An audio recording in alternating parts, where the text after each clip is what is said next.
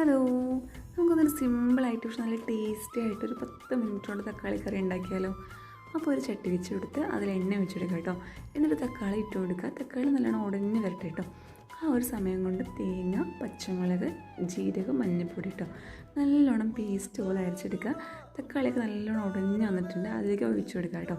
അല്പം ഉപ്പൊക്കെ ഇട്ട് കൊടുത്തിട്ട് നല്ലോണം ഒന്ന് തിളക്കട്ടെ. ഒരു 5 മിനിറ്റോടെ നല്ലോണം ഒന്ന് തിളച്ച് വരുമ്പോൾ നമുക്ക് കടുക് തളിച്ച് കൊടുക്കാം കേട്ടോ. ഒരു ചട്ടി വെച്ചെടുത്ത് എണ്ണ ഒഴിച്ച് കൊടുക്കുക. കടുകിട്ട് പറമുളക്, അതുപോലെ കറിവേപ്പില, ചെറിയിലിട്ടിട്ട് നല്ലോണം ഇളക്കി കൊടുക്കുക. വേണമെങ്കിൽ കുറച്ച് കാശ്മീർ ചില്ലി ഇട്ട് കൊടുക്കുക ഒരു കളറിന് വേണ്ടിയിട്ട്. എന്നിട്ട് നമ്മുടെ കറിയിലേക്ക് ഒഴിച്ച് കൊടുക്കുക കേട്ടോ.